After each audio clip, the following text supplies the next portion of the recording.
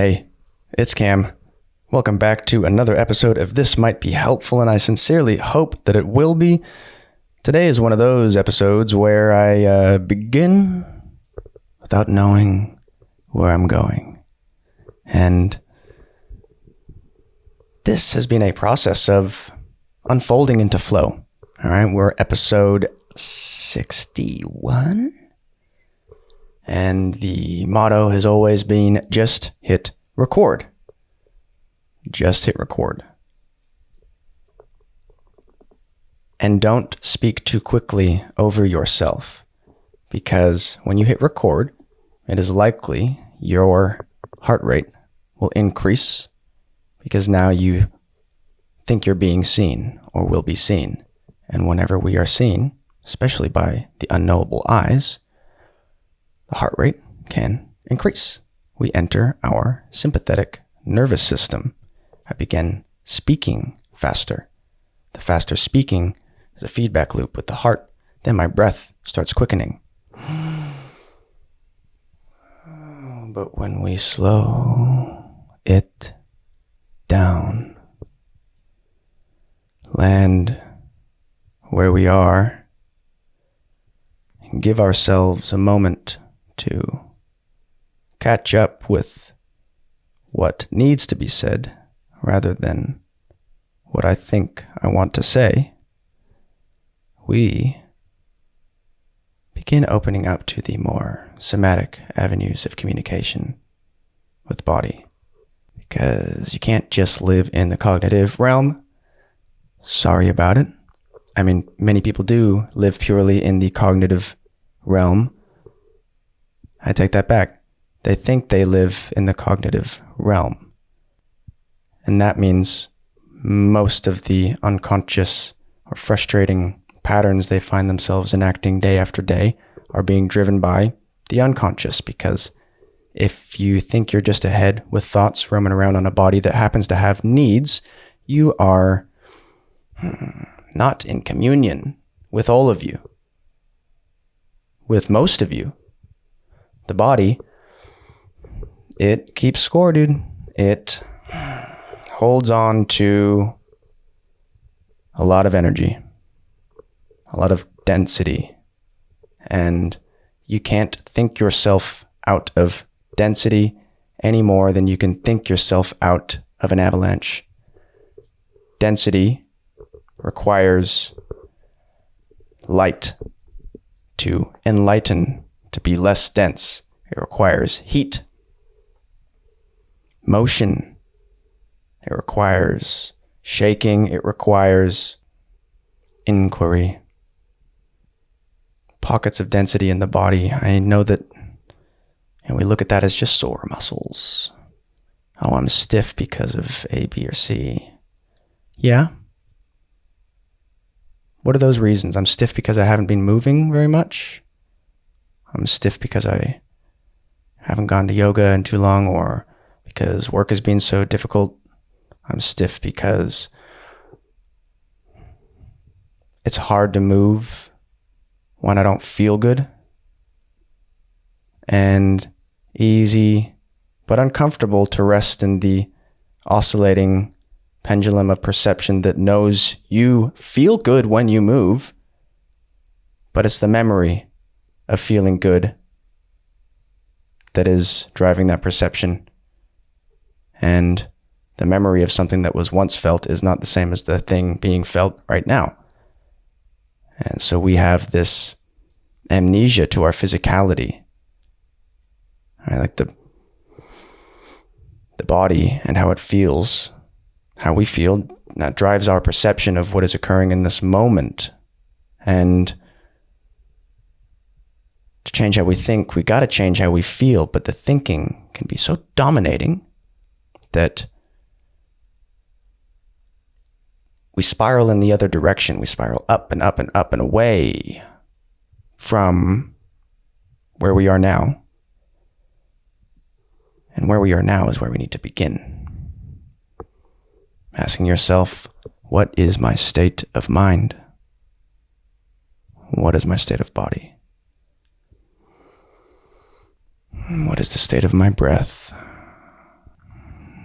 And then asking yourself, what is my intended state?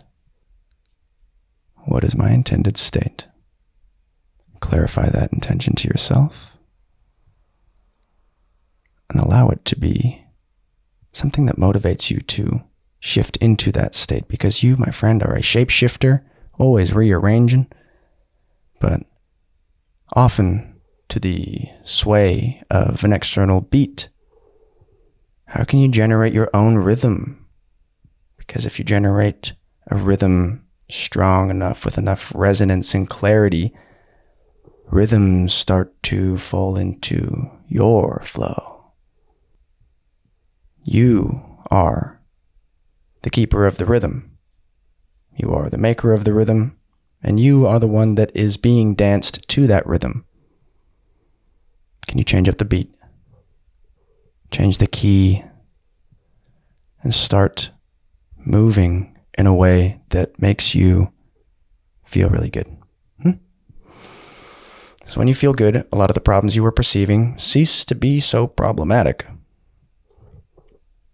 Whereas if we are stuck obsessing about the problems themselves, well, their amplitude and importance really becomes amplified. And that's when we start making reasons. The mind makes reasons to deflect and defend itself from discomfort. And most of the time, our reasons not to do something are our reasons to do something. I haven't been moving my body because I don't have time. Don't have time? That is a reason to move your body, because when we are in a sympathetic state of the nervous system, when we are in a state that is driven by fear, because fear eats time. And the only way to kill fear is to starve it of its resource.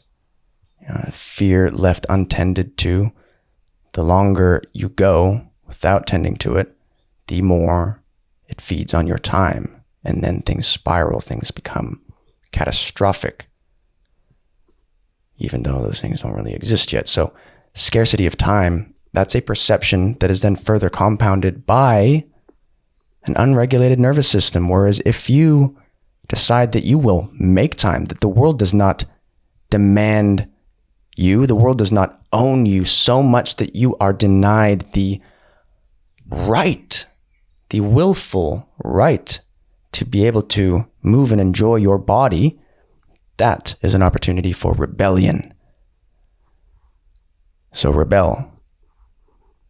I haven't asked for what I need because I'm scared they won't understand. That's a reason to ask.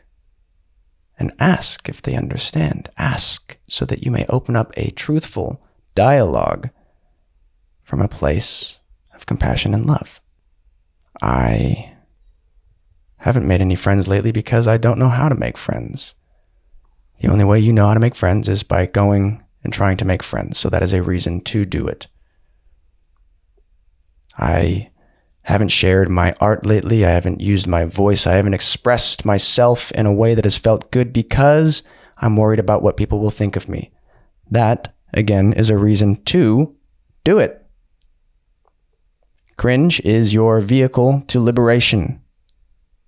You got to let go of taking it so seriously and recognize that the only way to make something that everybody likes is, hang on, I take that back. The only way to transcend that fear is to lean into it.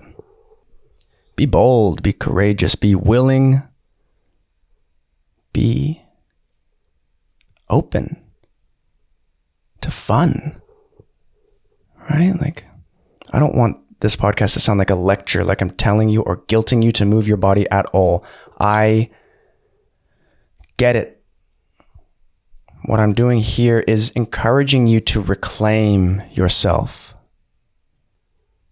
Reclaim your body, reclaim your mind, reclaim your heart. Reclaim your life, your power. There was a time where you didn't care.